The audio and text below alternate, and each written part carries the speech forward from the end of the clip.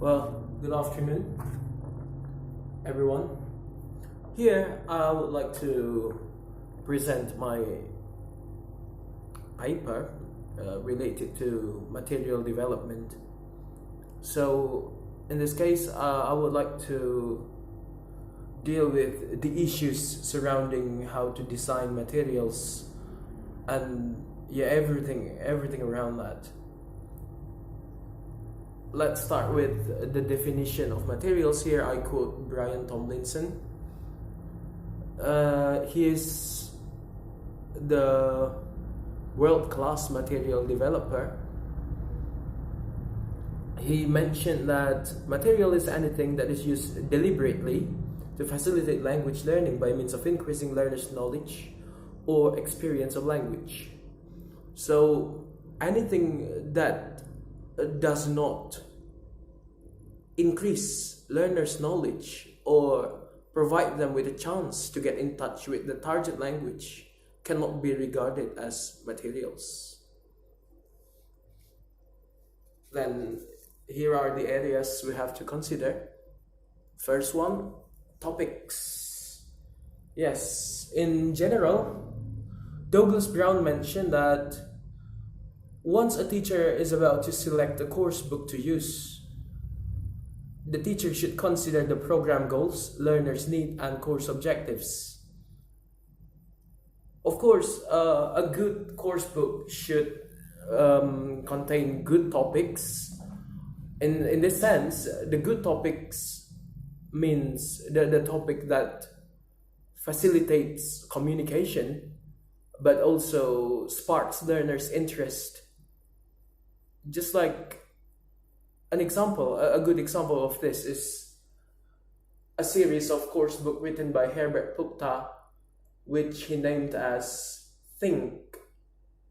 Think here contains several engaging topics for teenage learners. I've got the example here, let me show you some. Okay, here I've got several examples. This is the starter level, and then where's level 1? Okay, just go with the level 2, and the level 3 here. In the starter level book, we can see the topics to be quite engaging, but of course with simplified language. Here, allow me to just go there, switch the camera angle a bit. Hi. Oh, this one, window of the world, and followed by task. Everything here seems close to the real communicative context in which English is spoken. Parks around the world, and then I love Glee Club. So topics should be engaging. Oh my goodness, this guy's handsome. And here for the second, let's see, it deals with social networking. Think before you act online. A very much engaging topics for teenagers nowadays. And not only that, but also this one, the environment, endangered species, overfishing, deforestation, rising levels of seawater, and even why aren't people more interested in science? However, as the level climbs up, the language level climbs up, and also the cognitive maturity of the learners also climb up, a course book writer needs to create contents which are more engaging, like this: my prisoner, my friend, my president, my father. It tells about Nelson Mandela and his friendship with Christo Brand, who were once in the same prison before Mandela was elected as the first president of South Africa. And lost here It talks about the history of Amelia Earhart, mysterious patterns, bitcoins. As you see, these are the examples of engaging topics.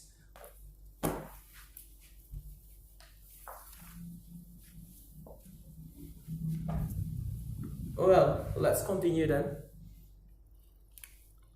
So, in selecting the topics, the first thing you have to consider is your students' preference, their lives, culture, personal experience. So, every material, as Little John mentioned, must be appropriate to their age level and cultural background, and everything needs to be made versatile enough to be adapted.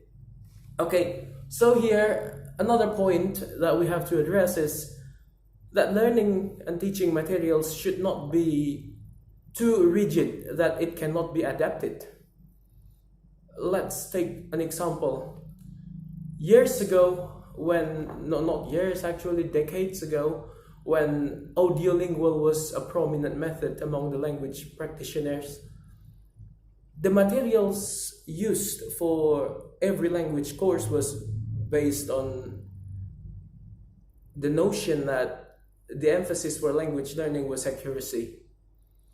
So the syllabus was grammatical one, and it is very rigid. It cannot be adapted to several communicative situations. Let's say we've got a dialogue containing several lines. It is bound to a context, and there are no other activities we can conduct with such dialogue. It's only listen and repeat, and then pattern drill, such practices. But the materials nowadays are far more superior than the previous ones in terms of their adaptability.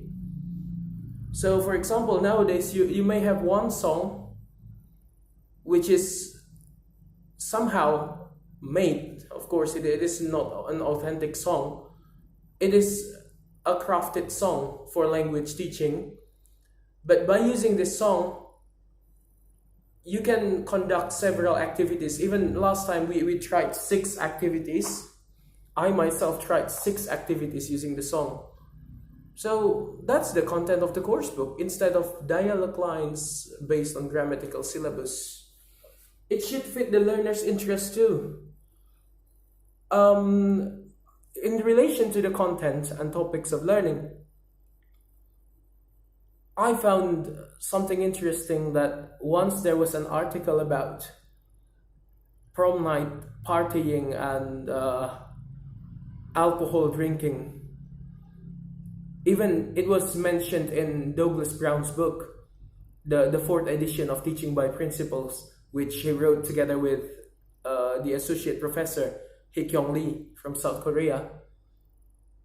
Once his book was criticized by an Arabic teacher because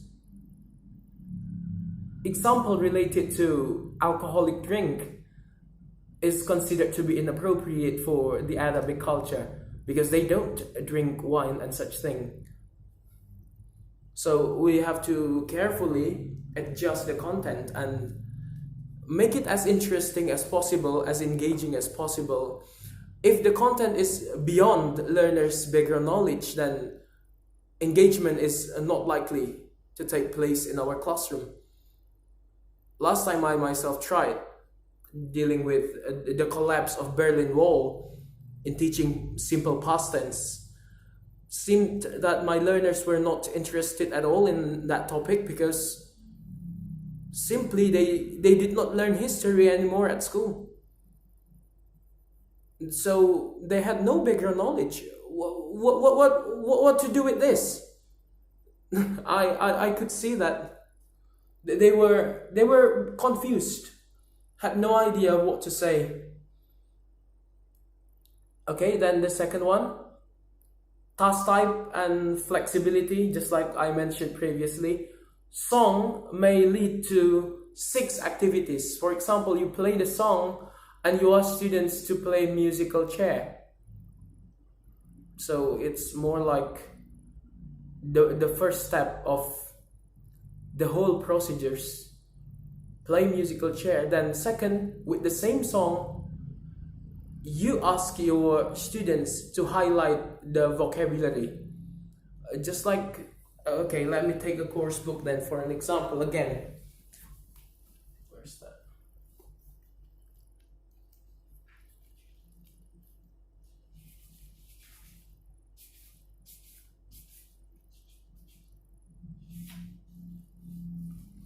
All right. Allow me to show here. This song. I get up at 8 o'clock. I have breakfast at 8:30. I go to school at 9 o'clock. And I have lunch at 12:30. That kind of song. Hey, hey, every day. You play this song as the second step. You may play this song and stop or pause several times. When you pause, you ask students to repeat the time, because the focus here is the time telling, and also you can select. It is very versatile. You can ask your students to either focus on the activity or the time.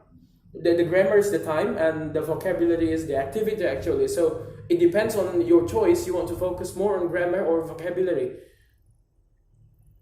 Ask them to repeat. So this time the activity is listen and repeat. However, it allows some modifications as well. You can play board race. As you pause, you ask the students to hit the target written on the board. Some circles containing time or activities written on the board. As you pause, students will try to remember what they've heard a few seconds ago, then tap the right spot. It also allows personalization. You can ask students to rewrite the song lyrics and change the time based on their real life situation. So there are many activities, and yes, task type and flexibility should be the second point we have to consider. Then the third is language focus and grade. Be very careful. We often find in course books, or maybe whatever they call it, buku ajar, or I don't really know, those they use in schools, as what we often hear from Prof. Bambang. He mentions that, lah, kalian itu kemana-mana ngajar nenteng buku karangan anak-anak S1 yang nggak tahu apa-apa, metode aja nggak ngerti, apalagi ngembangin materi. Apa, kalian kok bangga betul nenteng buku begitu? Buku nggak jelas begitu kok. Okay, yes. Why? Let's take for example, the focus is teaching narrative text. Yet, the narrative text taken there are only text downloaded from the internet. Sometimes they simply take the unabridged version, the original version of Cinderella, or sometimes we see the text to contain some language features, some grammatical features and vocabularies which are beyond our learners' level of competence. And therefore, please, we have to carefully select which grammar focus and which vocabularies we are going to include, and for what level it is. In our last linguistics class with Bu Ari, I also mentioned that it is also important to consider some phonemes. Phonemes like ska. It does not exist in Bahasa Indonesia. So it might be difficult for learners to deal with school, to say school. They might say school or something like that. So grading here means adjusting the language level. Here in the course books I'm using now, for level 1, let's take for example, for level 1, in order to ask for help, the grammar is Please help me. As simple as that. Then, for higher level, perhaps, could you help me or can you help me? It is more polite. Then, for the highest level, it would be, I wonder if you wouldn't mind to lend me a hand. Oh, high level of sophistication. So, the higher the level goes, the more sophisticated the language should be.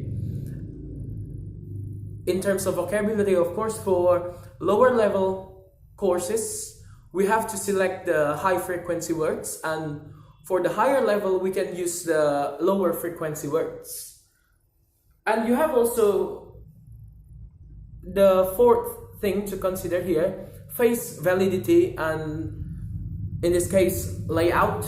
We also talk about layout. Some course books are quite boring, not because of the content or task type, but because of the display, merely the display.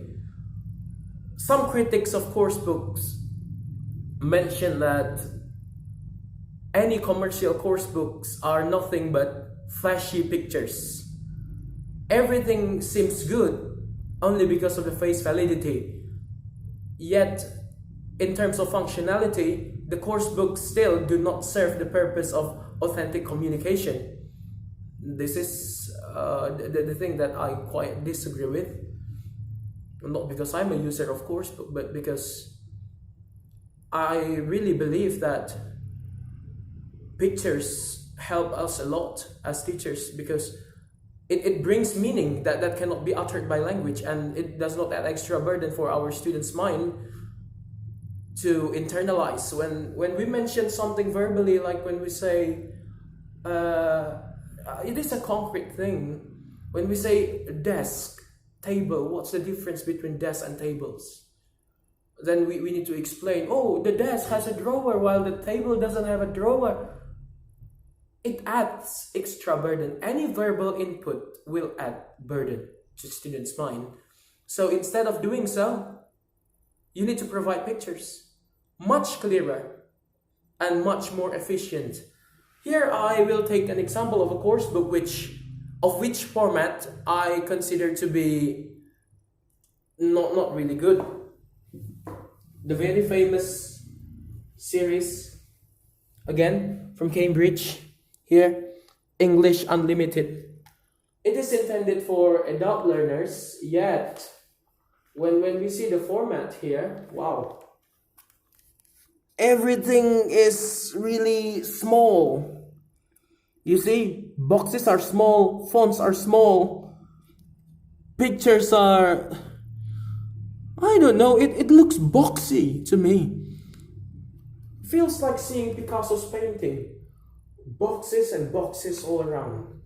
This is quite boring. As you see, it's quite boring. Journeys, only one small paragraph there. And also the formatting. Sometimes it's a bit confusing for me. Okay, then the next one. I know it when we talk about supplements or teachers' resources, it deals a lot with the business of course book publishing. But it does not mean that we cannot create our own supplementary materials. Yes, of course we can. In fact, we should. We should. Because, you know, as what's been mentioned earlier, we need to adapt.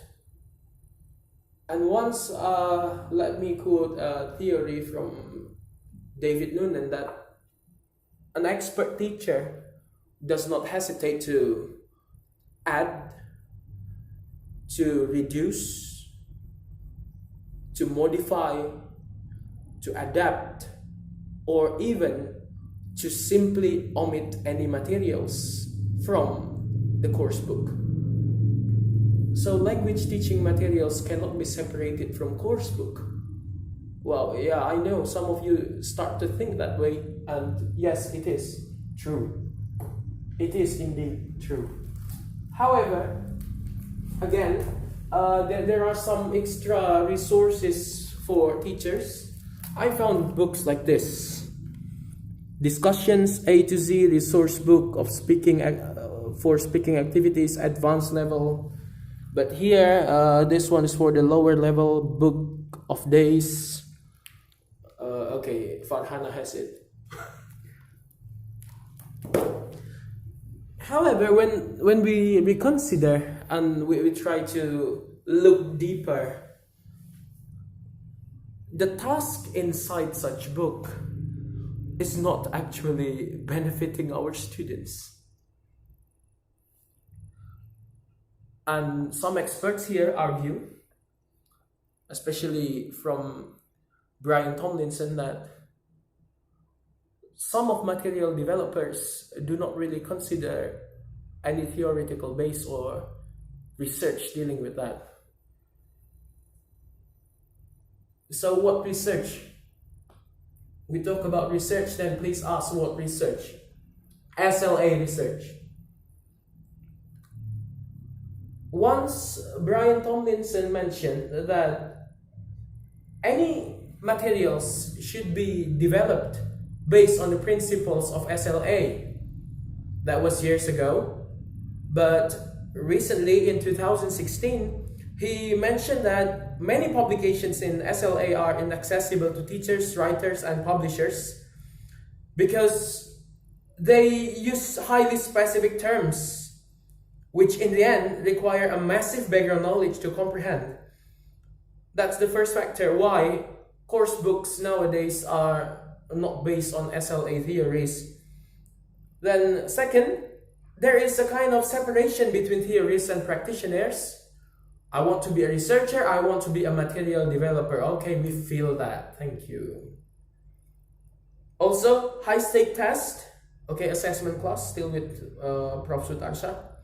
High-stake tests rely heavily on testing knowledge instead of communicative competence. So there is no surprise for us that all the course book writers in Indonesia claim that their books contain something that facilitates learners to prepare for the national exam berdasarkan kurikulum 2013.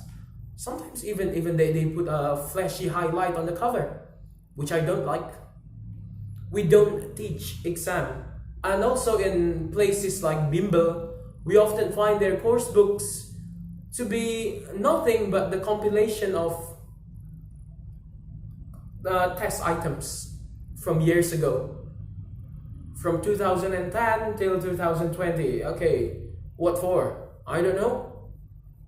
In South Korea, even there is a course program, an English course program, which they call as worksheet program, much cheaper than the communication program. So students only deal with worksheets all the time. This is not based on SLA theory. But no wonder, because high-stake tests like TOEFL and others also rely heavily on testing knowledge, not the real communicative competence. I remember once I held a seminar with Bu Ari as a speaker.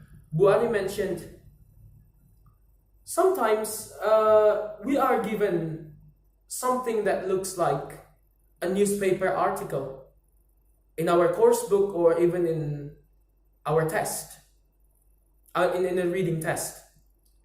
Then right after that, we are supposed to answer several questions, reading comprehension questions, with multiple choice options, A, B, C, D. Does it represent the real life situation?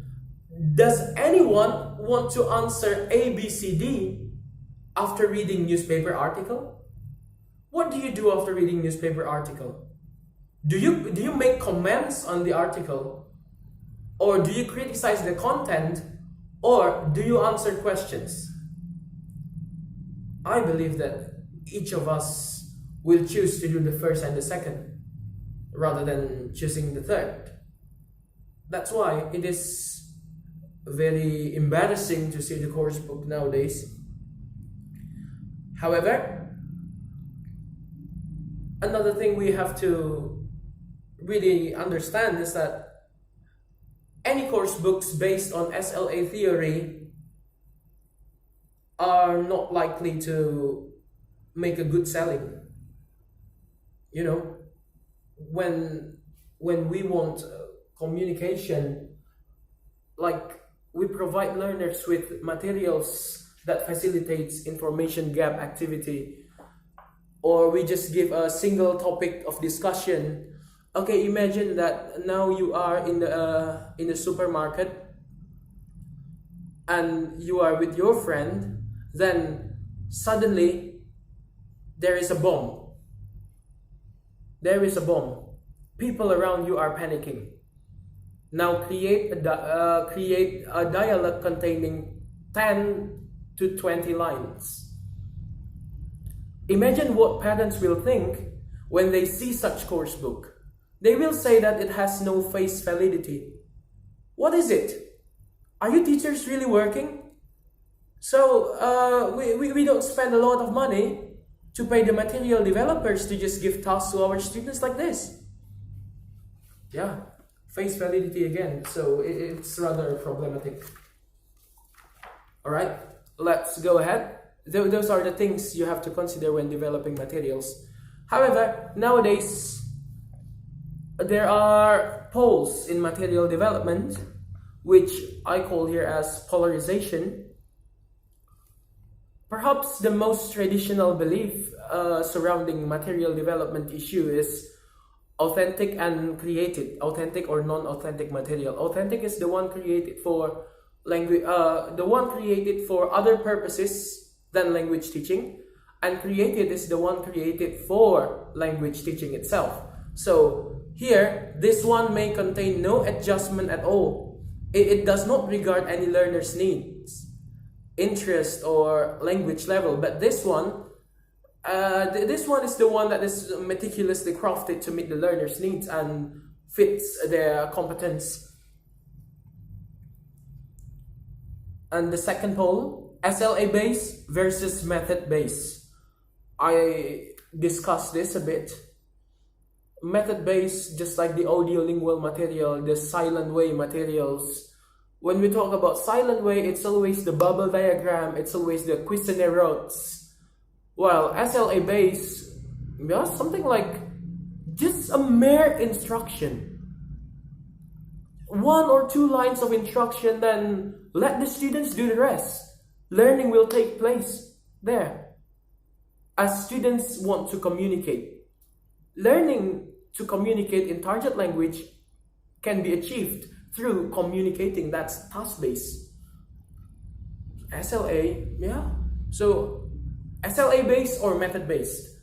Then the last one is market-driven or product-driven. How often do we see dictionaries? There are many kinds of dictionaries. Advanced learners, grammar dictionary, picture dictionary, thesaurus dictionary. What else? And some other specific dictionaries. Are they market-driven or are they product-driven? We will discuss it later.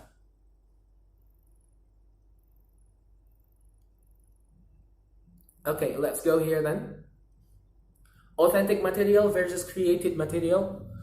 I here try to identify the strengths and weaknesses of each. When we talk about authentic materials, of course, as the way we use literature is authentic, something that is not created for learning.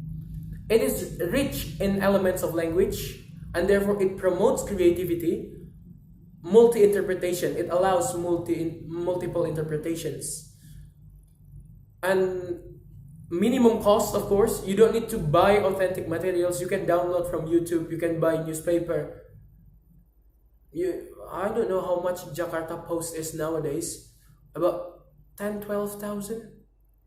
The weekly Jakarta Post. And it provides learners with ready-to-use chunks. So chunks of language, which Scott Turnbury calls as grammar McNuggets. Grammar McNuggets. Sounds like the product of a fast food restaurant. However, the richness may not fit learners' current competence. Let's take an example. Few weeks ago, I read a football article in which there was a word, shithousery. The sentence was, Neymar Jr. really needs to stop doing shithouseries. Shithouseries? Come on. What's that? I looked for the meaning of that word in Oxford Advanced Learners Dictionary, the old one, the 7th edition, and I couldn't find that. Turned out that shithousery means any action deliberately done by someone